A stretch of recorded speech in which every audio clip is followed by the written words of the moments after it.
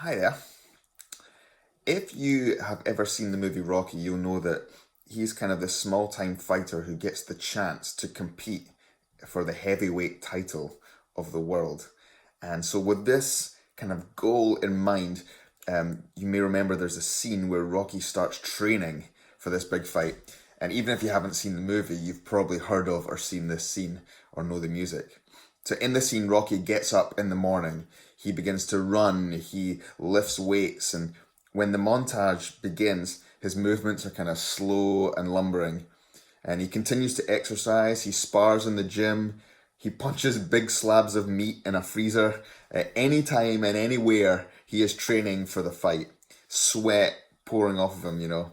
And as the scene progresses, we see his physical condition improving and everything becomes a little bit faster. And by the end, he's literally sprinting upstairs and famously ends with this scene of Rocky looking out over the city of Philadelphia, lifting his arms in triumph because he has achieved the condition that he set out to accomplish and he can now compete in the fight.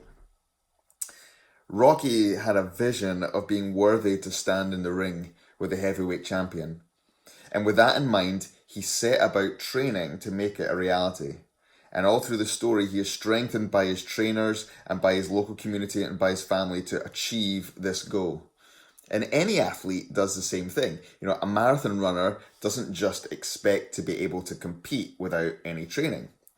Daily, they build their endurance and stamina through training. But to do that, they have to have a vision of what running in a marathon looks like. And they also have to have a vision of what it means to win. And the Apostle Paul used these analogies when he was talking about living as a follower of Jesus. He said this in 1 Corinthians 9. Don't you realize that in a race, everyone runs, but only one person gets the prize? So run to win. All athletes are disciplined in their training. They do it to win a prize that will fade away, but we do it for an eternal prize. So I run with purpose in every step. I am not just shadowboxing. I discipline my body like an athlete, training it to do what it should. Otherwise, I fear that after preaching to others, I myself might be disqualified. Paul says that for him, just talking about living for Jesus isn't enough. He wants to actually live for Jesus. So he trains himself. And notice as well, he says that he disciplines his body.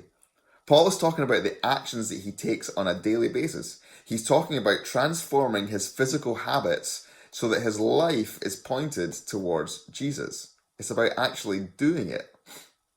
And this all begins with a heart and mind that is set on Jesus. We can't just become by Jesus by a mere change of our outward actions, by trying really, really hard. But following Jesus means literally to devote our lives to being like him. Jesus' life gives us a vision for who we want to be. And with his help, and with the empowering presence of the Spirit of grace, we can slowly and steadily begin to transform the way that we actually live.